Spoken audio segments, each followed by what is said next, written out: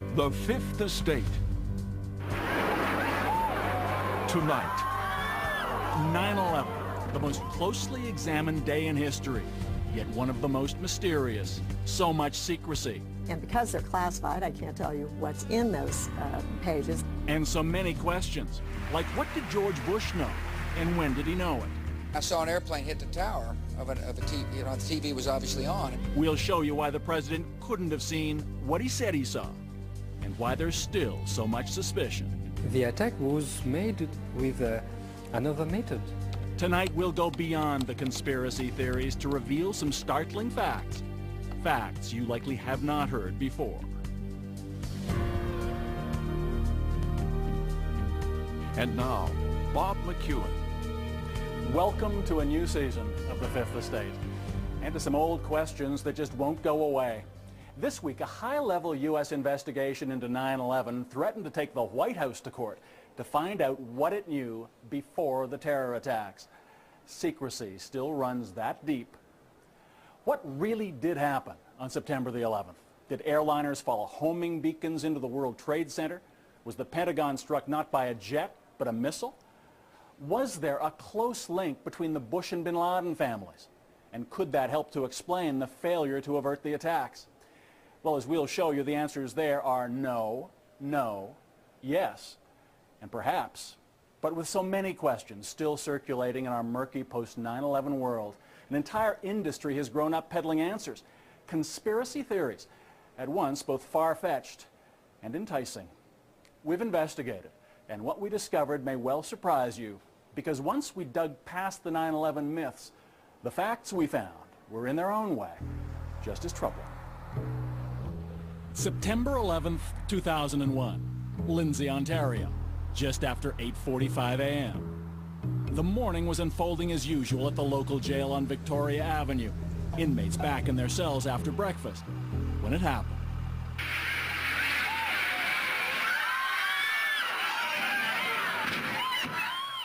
One of the prisoners in Lindsay that day was a man named Delmart Vreeland, called Mike. You've likely never heard of him, but to many, Mike Vreeland has become a symbol of what we know about 9/11 and what we don't. Michael Rupert knows all about Vreeland, a former Los Angeles cop turned 9/11 investigator. On his website, Rupert pulls together information from every corner of the internet that he claims proves the official versions of the tragic events of September 11th are blatantly false. They don't stand the slightest sniff test scratch from anybody who's a trained investigator who's willing to set aside their emotions and just look at the evidence. 9/11 was not an intelligence failure. 9/11 was an intelligence success. It was supposed to happen. And Rupert says Delmart Mike Vreeland is a key to all of it. So who exactly was that mystery inmate at the Lindsay jail? Well, here's what we know for sure. Mike Vreeland was an American awaiting a trial here in Toronto for credit card fraud. The police said he had a criminal record more than 20 pages long in the U.S. Vreeland himself said that was just a cover story to disguise what he really was, an American spy working for the Pentagon. But here's where it gets interesting. According to Vreeland, about a month before September the 11th, he tried to warn Canadian and American authorities something terrible was going to happen. When no one listened to him, he says he gave his jail guards a sheet of paper, which was sealed and kept unopened until long after 9/11. That October, at a Toronto court, Vreeland's lawyers entered a sheet of paper as evidence. On it were various words and phrases, including World Trade Center, Pentagon, and what they said was bin Laden. They insisted it was a list of 9/11 targets that Vreeland had uncovered and had been trying to warn the authorities about. In court, police and prosecutors described Vreeland as a career con man, and the judge found no basis to believe his claims. We can't ask him about any of it because Vreeland jumped bail and disappeared.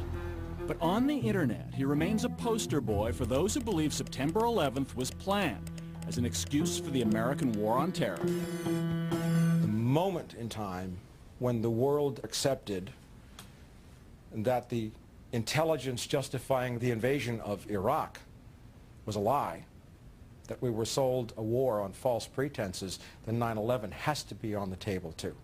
Clearly the United States government could have prevented the attacks, and the United States government held the door open and allowed those attacks to happen.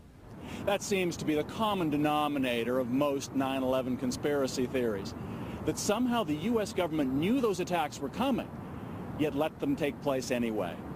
But there is one man who goes well beyond that, who because of it has become perhaps the most infamous conspiracy theorist of all. His name is Thierry Meyssan, and his book about 9/11, The Big Lie, was a bestseller in Europe. His website lays out a conspiracy theory that challenges the official story of the September 11th attack on the Pentagon.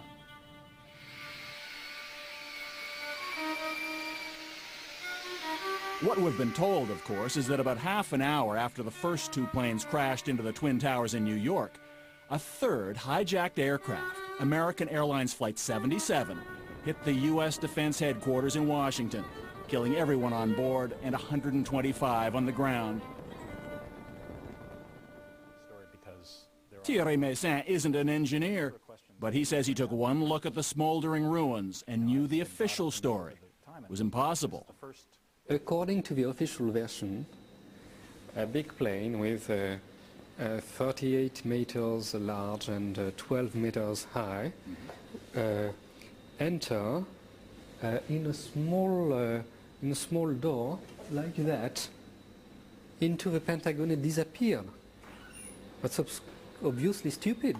The attack was made with another method. What other method of attack, you might well ask? Given the size of the hole in the Pentagon and the lack of large pieces of debris, Meyssan concludes the impact could only have been caused by something much smaller than a 767, like a surface-to-air missile. And who could have been behind that?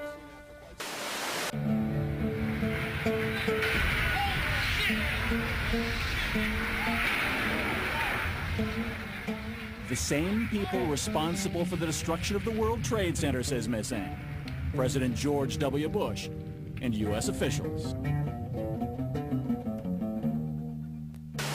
Are you saying you believe George Bush knew about this beforehand? What I think is that George Bush knew a very small part of the problem. But you know what? If he knew one part before, yes, you're saying he knows it all now. And you're saying... Yes, of course. So you're talking about mass murder. You're accusing him of being a heinous criminal. No.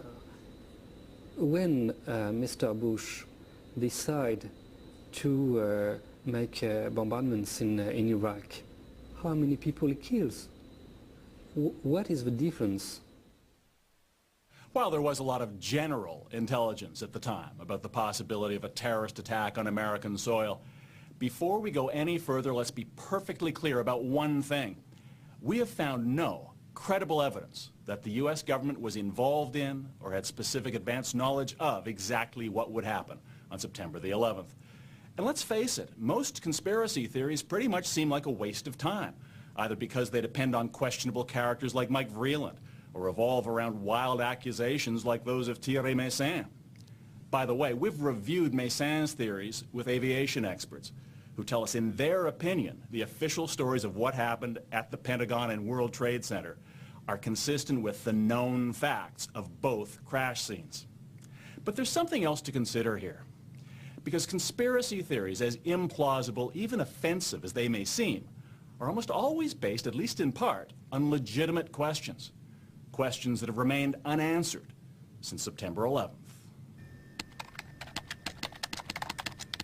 You can find them on the internet too. And these days, it's not only those on the fringe who are asking. For example, it's difficult to understand why, in what is some of the most heavily defended airspace in the world, it took almost 30 minutes to scramble jet fighters to protect the U.S. Capitol. Too late to prevent American Flight 77 from slamming into the Pentagon. The military's explained that's simply how long it took for the order to be given. And you don't have to be a conspiracy theorist to wonder exactly what President George W. Bush knew about the attack, and when he knew it. According to the official White House version, it was at this moment in a Florida classroom that Bush learned the second plane had hit the World Trade Center and that the U.S. was under attack. But here's what George Bush himself said almost 3 months later when asked about September 11th. I was sitting outside the classroom waiting to go in, and I saw an airplane hit the tower of a TV. You know, the TV was obviously on, and I used to fly myself, and I said, well, there's one terrible pilot. And I said it must have been a horrible accident. But I was whisked off there. I didn't have much time to think about it. Now, wait a minute. George Bush was told about the second plane while he was inside the classroom. So you just heard him describe seeing the first plane crash on television that day. But that's impossible. No one saw the first plane crash on TV on September the 11th because the videotape of it didn't surface until the next day. So how could George Bush have seen what he said he saw? Of course, there's always the possibility the president simply misspoke. He has been known to do that. But that's precisely the point. It's that kind of inconsistency, especially on the most thoroughly documented day in history, on which conspiracy theories are built. And as we'll soon show you, there's a lot about what happened before and after September 11th that demands a closer look. When we come back, conspiracy or coincidence? The long, tangled history of the Bush family and the elite of Saudi Arabia. We've had a very nice reunion with friends. Very pleased to be here.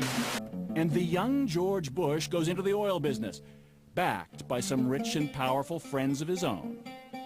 Do you have any knowledge of how much money the Saudis put in? Well, he told me it was in excess of, $1 million. And George W. Bush would have been aware of that? Oh, absolutely.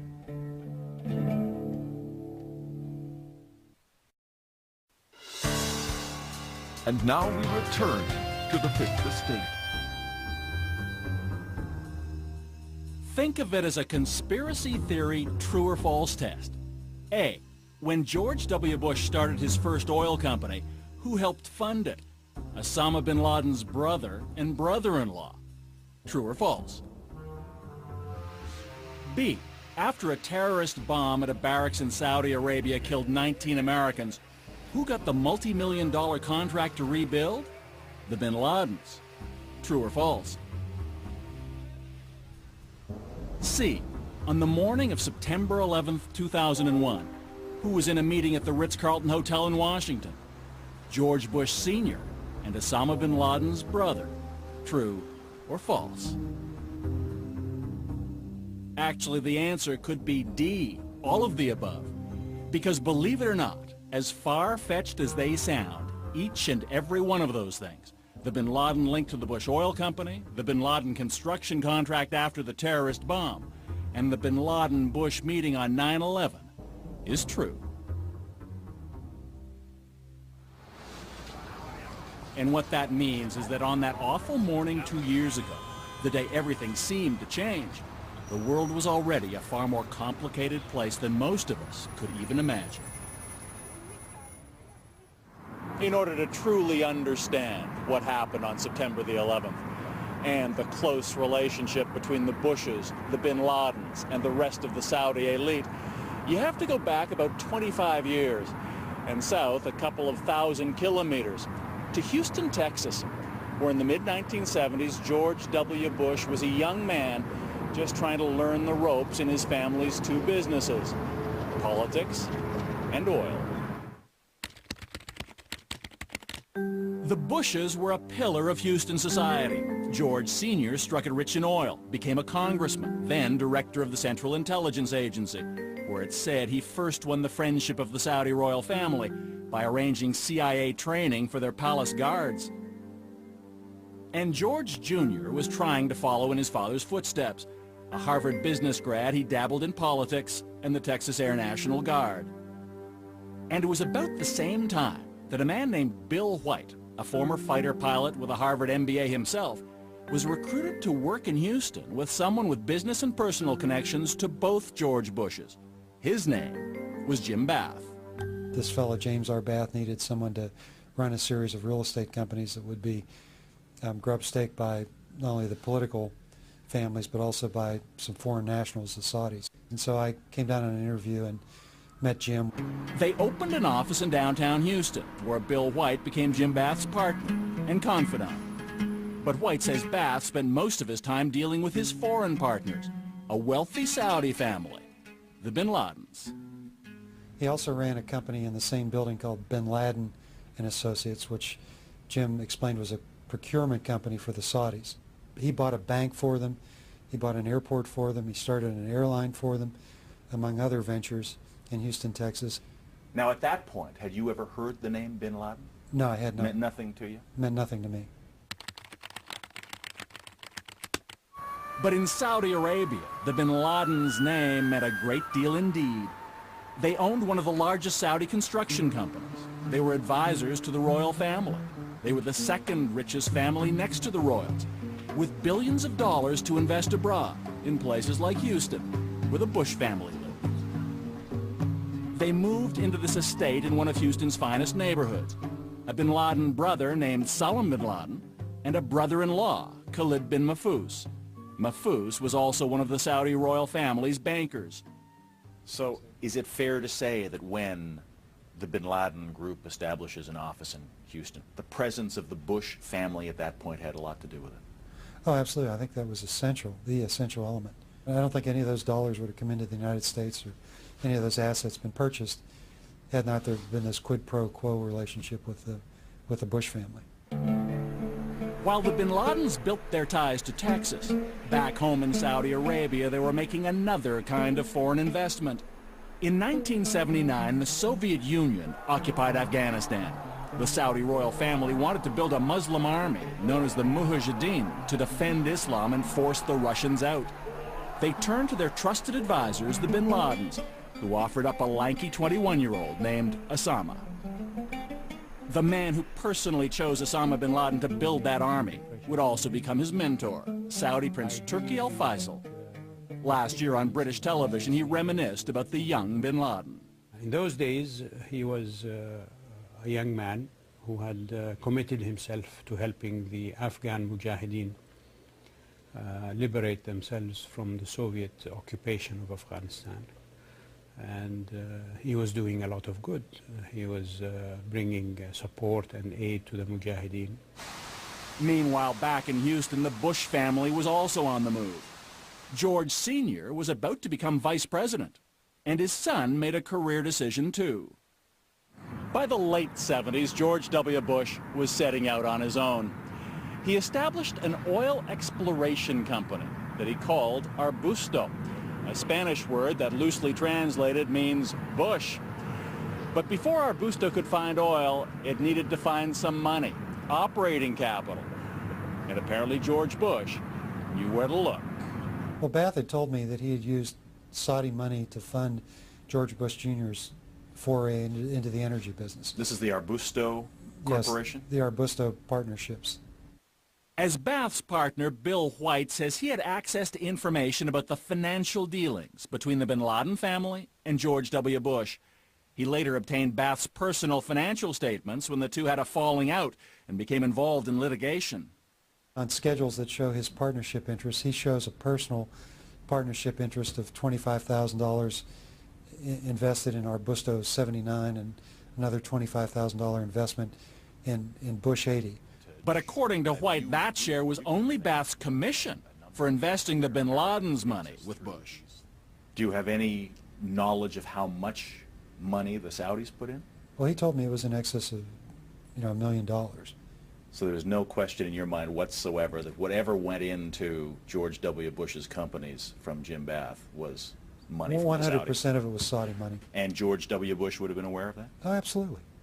But that wasn't all.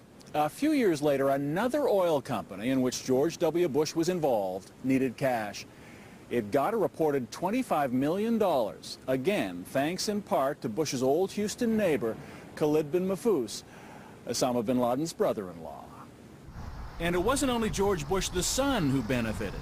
The Bin Ladens did business with the Houston bank where George Bush Sr. was on the board.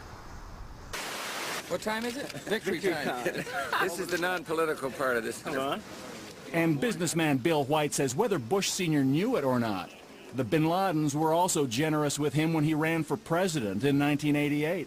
allegedly finding a way around the U.S. ban on foreign campaign contributions. My understanding from Bath was that they were making campaign contributions by taking briefcases full of cash to the law firms. They would give the cash to the lawyers, and then each of the lawyers in turn would make a $1,000 campaign contribution to Bush. Which would presumably be against electoral law in the U.S. Well, it is against the law, but it's obviously covered by virtue of the attorneys making the contributions. And when George Bush Sr. became president, as with George W. more than a decade later, the Saudis occupied a special place at the White House.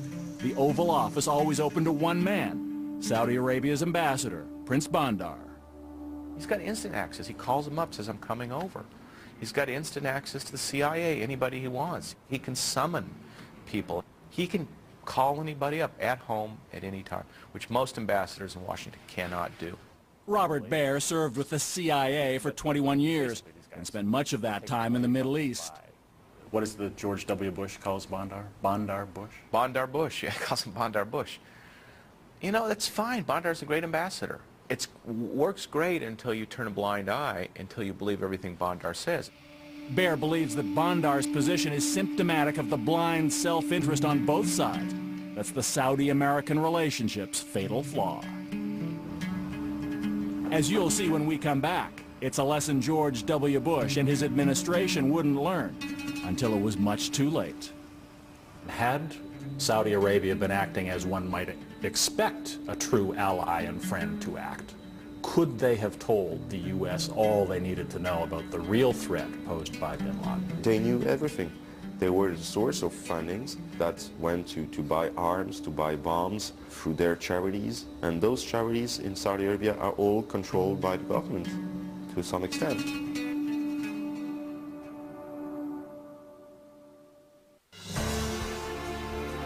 And now we return to the Fifth Estate.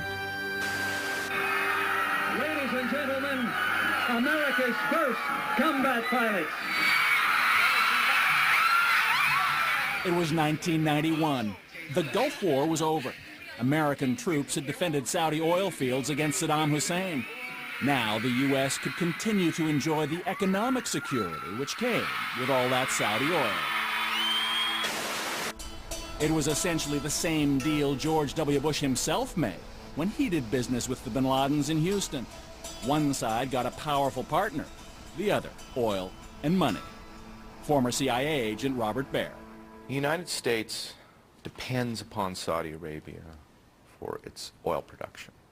Saudi Arabia also recycles all the money it makes off oil in the United States and puts trillions of dollars in our banks. It pays for presidential libraries, anything you can imagine. And the Clinton White House wasn't immune to Saudi charm either. It was difficult not to give the benefit of the doubt to the biggest buyer of American military hardware with the deepest pockets in the stock market, not to mention the world's largest oil reserves. Which is why after George Bush Sr. left office and became a senior advisor to the powerful international investment firm, the Carlyle Group, he paid a number of visits on their behalf to his good friends, the Saudi royal family and the bin Ladens. A very nice reunion with friends. I'm very pleased to be here. They soon became Carlyle clients. Incredibly, on September 11th, Bush and the head of the bin Laden family would be at the same Carlyle Group meeting in Washington, just a few miles from where Osama bin Laden's hijackers would attack the Pentagon. As the 90s unfolded, there was much the U.S. administration didn't know about bin Laden, who was about to become America's nightmare because he saw the presence of U.S. troops on the holy sands of Saudi Arabia as a sacrilege. Osama bin Laden was an ally of the United States through the 80s. He was killing Soviet soldiers. That's what we wanted. Now, what happened later on in the 90s is the Saudis, who certainly had good intelligence on bin Laden, were not telling us that bin Laden had chosen a new enemy, and that was the United States. And the Saudis left something else out, something they've tried to hide to this day, that they kept paying Osama bin Laden after his war with the Soviets ended and his terror campaign against the U.S. began. The man who has uncovered the proof of that is Jean-Charles Brissard. He investigated al-Qaeda's finances for the French intelligence service well before 9/11, and he's been following the relationship between bin Laden and Saudi Arabia, especially with his mentor, Prince Turki, ever since. He was helped by the kingdom, and this support lasted for years. So Turkey, for instance, was the one who met regularly with bin Laden in Afghanistan. Oh, until very recently, until '98, I think the last time, for at least 3 or 4 times, who sent him checks, full suitcases of money, trucks. All that suggests that he was clearly supported by the Saudi government itself. Brissard says though bin Laden despised the royal family, he secretly agreed to set that hostility aside in exchange for continuing financial support. In other words, protection money. The Saudis deny it ever happened. But according to investigator Jean-Charles Brissard, French intelligence reports confirm that a meeting did indeed take place in Paris in 1996. Osama bin Laden himself didn't come, but a senior representative did. Also in attendance, bin Laden's old mentor, Saudi Prince Turki, a bin Laden family member, and a number of bankers. The result? The Saudis promised to keep paying bin Laden, as long as he promised to keep ignoring them. According to Brissard, one of those who came to this Paris hotel for that meeting was none other than bin Laden's brother-in-law, Khalid bin Mahfouz, the same man who once financially supported George W. Bush, now negotiating payoffs to Osama bin Laden. And support came from the bin Laden family as well. They publicly proclaimed they'd disowned Osama, but privately, Brissard says, they sent him equipment and money. A company like the Saudi bin Laden Group is providing all the tools to Osama bin Laden to build a road or an airport in Sudan. Yes, they're clearly financial backers of Osama bin Laden, yeah. So how much in all did the Saudis contribute to al-Qaeda? Estimates are that before 9/11, bin Laden spent about $50 million a year, the vast majority of it from Saudi Arabia. What exactly is that? That's one of the documents that were recently seized by our team in Afghanistan, signed by Mullah From Omar. Bosnia to the Sudan and Afghanistan, Jean-Charles Brissard has discovered an al-Qaeda paper trail that he says proves what the Saudis are still denying. This leads you to believe it's $2 million, which originates where? Oh, he stated that it originates from the head that is provided by Saudi Arabia. Millions in Saudi foreign aid diverted to al-Qaeda. Financial support for terrorist training camps in Afghanistan like this one. Camps run with money, funneled through a Saudi charity, funded, managed, and supervised by royal family members. They knew everything.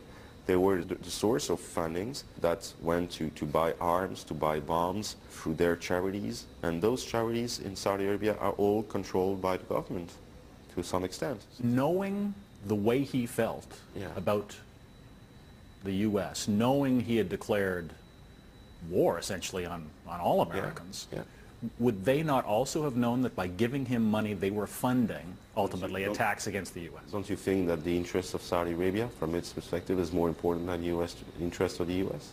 That's what we experienced. That's what we've seen in the past. Not only did the Saudis not want to tell the Americans about their deal with bin Laden, it seems the U.S. didn't want to hear, despite the decade's increasing terror attacks against Americans abroad.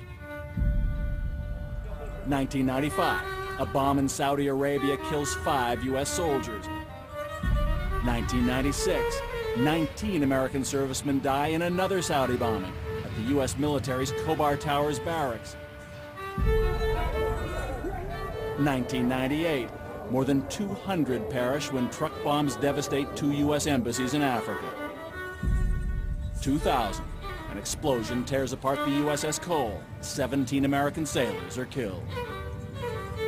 Though Osama bin Laden was obviously responsible for the majority of those deaths, U.S. intelligence effectively ignored the place that was his recruitment hotbed.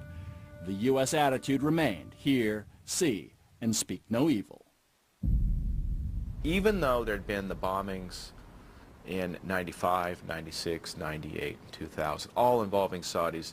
No one asked for a national intelligence estimate if Saudi Arabia is a new terrorist state.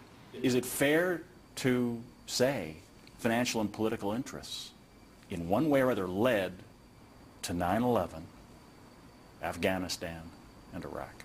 Absolutely. Financial interests were predominant in Washington. They led to a turning a blind eye to what was happening in Saudi Arabia and Afghanistan, and contributed to 9/11. But it doesn't have to be a conspiracy. This is where people will nail you if you say it's a conspiracy. It's not. It's a conspiracy of silence. We're just not going to talk about it. When we come back, what they still don't want to talk about, how American law enforcement might have discovered and disrupted the 9/11 attacks. The agent in San Diego testified to you that he believed if he'd known, he could have stopped September 11th. He believes he would have, I mean, no one can ever say for sure we would have stopped it, but he believes he would have had a very good chance.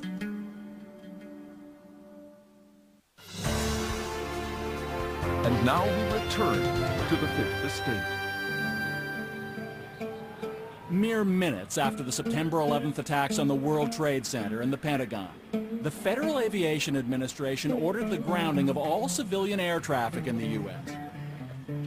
Travelers were stranded across the country and around the world. 48 hours later, September 13th, an update. Private flights were still prohibited. To take off required government approval at the highest level. That morning, Prince Bandar of Saudi Arabia visited the White House. And later that day, something unusual began to happen. Despite the blanket aviation ban, several private planes, from Learjets to a 747, were cleared to depart from various U.S. cities. On board were dozens of the Saudi elite, almost every one a bin Laden or a Saudi royal. Meanwhile, Elizabeth Alderman was desperate to find a way from Paris to New York, where her son Peter was missing. The bin Laden family, whoever was in the United States, got safe passage home, and I couldn't get home to be with my children. Other families couldn't get to New York, who lived far away, to even begin to look for their children. At this point, we didn't know who was alive or who was dead. I couldn't get home, and the bin Laden family were all able to get home. To this day, the Bush administration has not even confirmed the existence of those flights to Saudi Arabia, though Saudi diplomatic sources have been quoted as saying approval for them was granted at the highest level. That the exodus to Saudi Arabia happened at all is one thing. But then there was the investigation that took place before the Saudis departed. It seems there was none. The biggest crime in American history, orchestrated by Osama bin Laden with funds from the bin Laden and Saudi royal families, plane loads of whom were given special dispensation to leave the U.S. almost immediately afterwards, essentially with no interviews to determine what they might know. No, they just got up and left. The FBI is not been allowed to put Saudis on a terrorism list up until September 11th. They were not allowed to ask these people any questions. The President of the United States. The next week, George W. Bush finally threw down the gauntlet on global terror, or so it seemed. Every nation in every region now has a decision to make. Either you are with us or you are with the terrorists.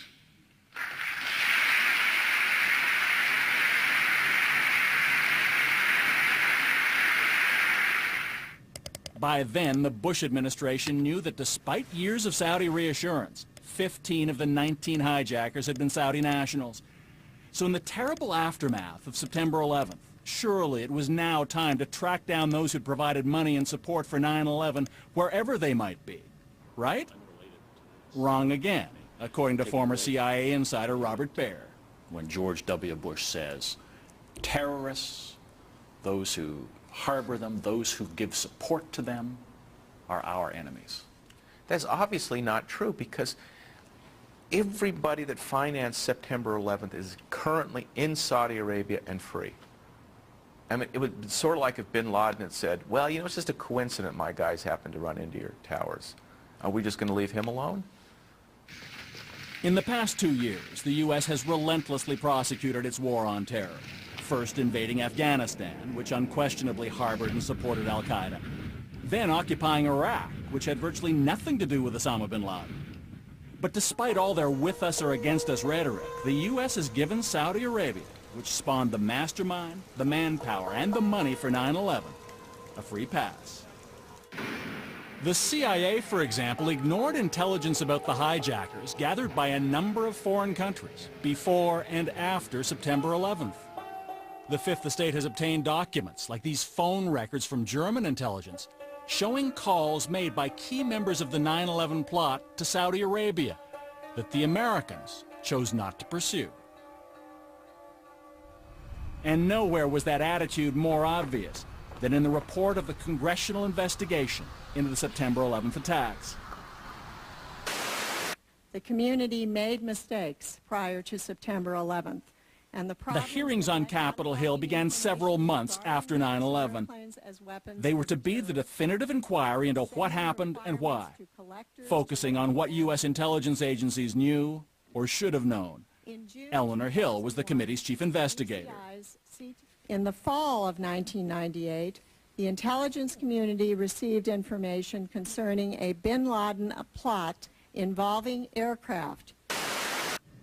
The much-anticipated report was more than 800 pages long. But since it was released this past summer, most of the attention has focused on 28 of those pages. One chapter that is almost completely redacted, ordered classified by the White House, and blacked out to the public. And because they're classified, I can't tell you what's in those pages. I can tell you that the chapter deals with information that our committees found in FBI and CIA files that was very disturbing. It had to do with sources of foreign support for the hijackers, or alleged sources of foreign support for the hijackers. Yeah. Now, I know it is believed and has been reported that many of those 27 or 28 redacted pages deal with the Saudi relationship to the hijackers, but... That's what the press has said. I haven't said that. In fact, others familiar with those 28 blacked-out pages confirm that much of the secret material about foreign support for the 9/11 hijackers does indeed deal with Saudi Arabia. What's more, some of the classified material also appears in unclassified areas of the report.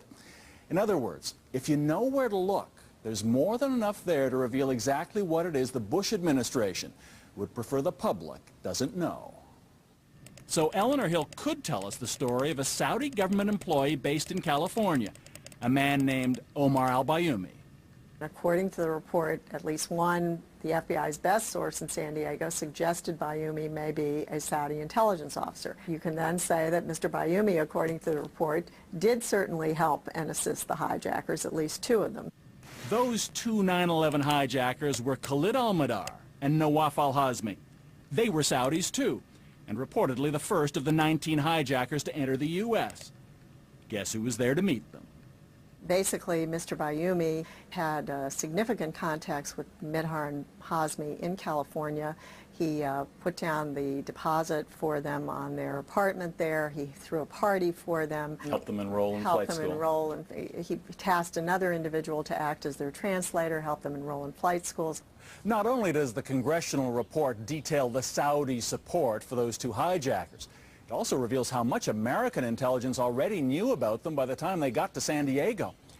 They'd been under surveillance at a high-level al-Qaeda meeting abroad, where U.S. agents certainly suspected they were planning future terror attacks. The CIA knew their names, birth dates, passport numbers. They knew one of them had a U.S. entry visa, which likely meant they'd planned to travel there.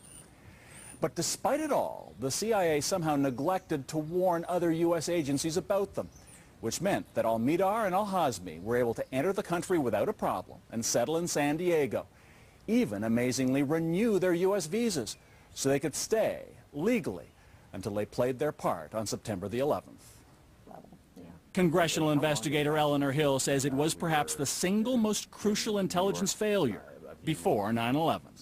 Had the FBI been told that and been aware of that back in January 2000, things may have been very different. We had the FBI agent from San Diego who handled that informant testify in our closed hearing that he believes that had he had that information from the CIA, he would have been able to stop this because he believes he would have had what he called a full court press in terms of investigation on Mihdhar and Hazmi while they were living in San Diego.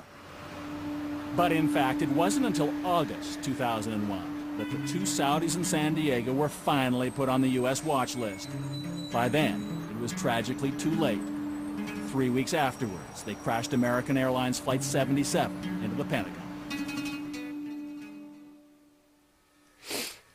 He was terrific. He was terrific. He really knew how to enjoy his life.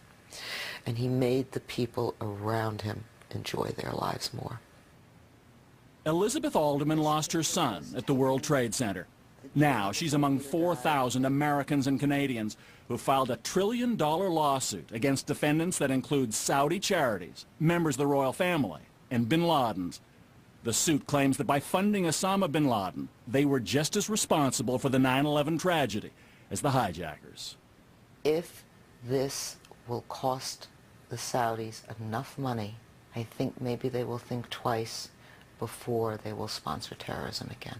I think that if we hadn't brought this lawsuit with the large number of people that are involved in the lawsuit, that it would have taken a very long time for the name of Saudi Arabia to even be mentioned by our government.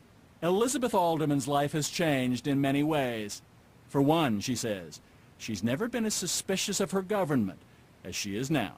I'm not a conspiracy theorist, but I certainly can understand why people would believe it, because it doesn't make sense.